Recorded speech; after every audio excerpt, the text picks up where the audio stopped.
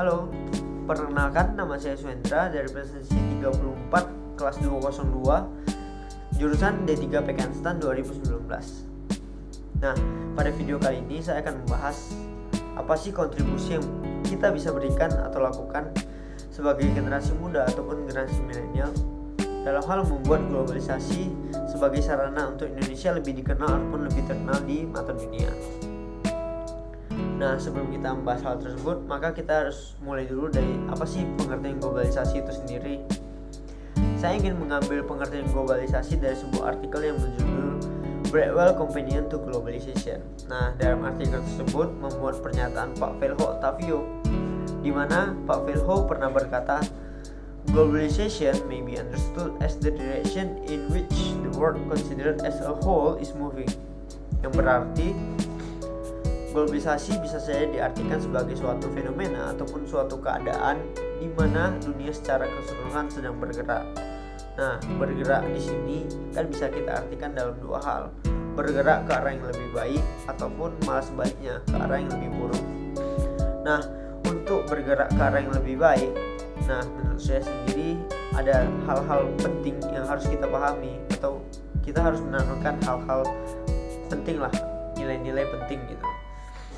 Menurut saya sendiri ada 3 nilai yang menjadi poin penting saya, gimana sih atau bagaimana anak muda ataupun generasi milenial seharusnya.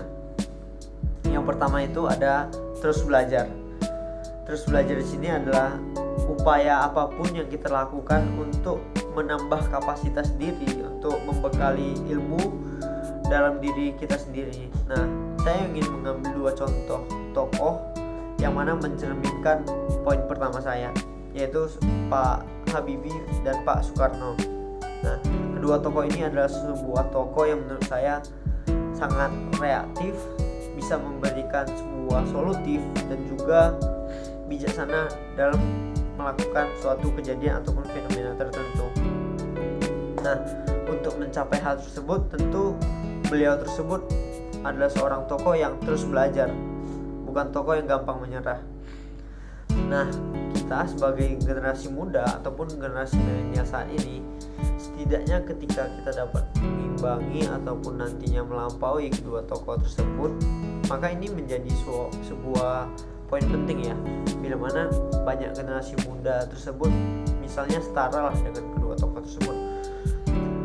Hanya dengan 2 tokoh tersebut saja Indonesia sudah bisa dikenal di berbagai dunia ataupun diakui di berbagai dunia. Apalagi ketika nantinya banyak generasi muda kita ataupun generasi milenial kita yang seperti kedua tokoh tersebut. Nah, poin kedua yang menurut saya penting adalah terus beradaptasi. Kenapa terus beradaptasi itu penting? Seperti yang kita tahu, kondisi sekarang ini akibat COVID-19, kita semua terpaksa belajar dari rumah, melakukan sesuatu dari rumah. Nah, menurut saya penting sendiri karena ketika kita dituntut untuk beradaptasi dan kita tidak mampu beradaptasi, ya kita terpaksa mundur gitu dari arus yang ada.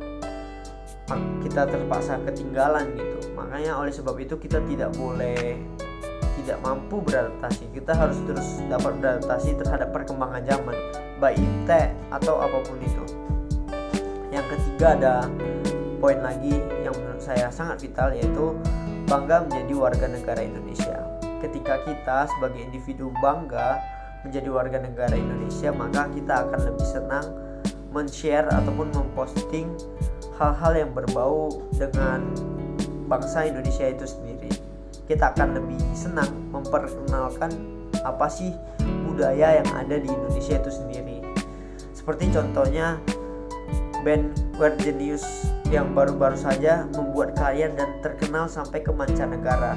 Nah, makanya ini menjadi sebuah prestasi ya, menjadi sebuah kebanggaan lah oleh kita warga Indonesia, bahwa karya-karya ataupun budaya kita tidak jauh lebih buruk kok. Karya-karya Indonesia dan budaya Indonesia lebih bagus kok dari karya ataupun budaya luar negeri. Kita mampu bertanding kok dengan budaya-budaya luar negeri tersebut. Begitu, mungkin itu saja poin penting yang akan saya bahas pada video kali ini. Mohon maaf bila ada salah kata dan perbuatan. Terima kasih.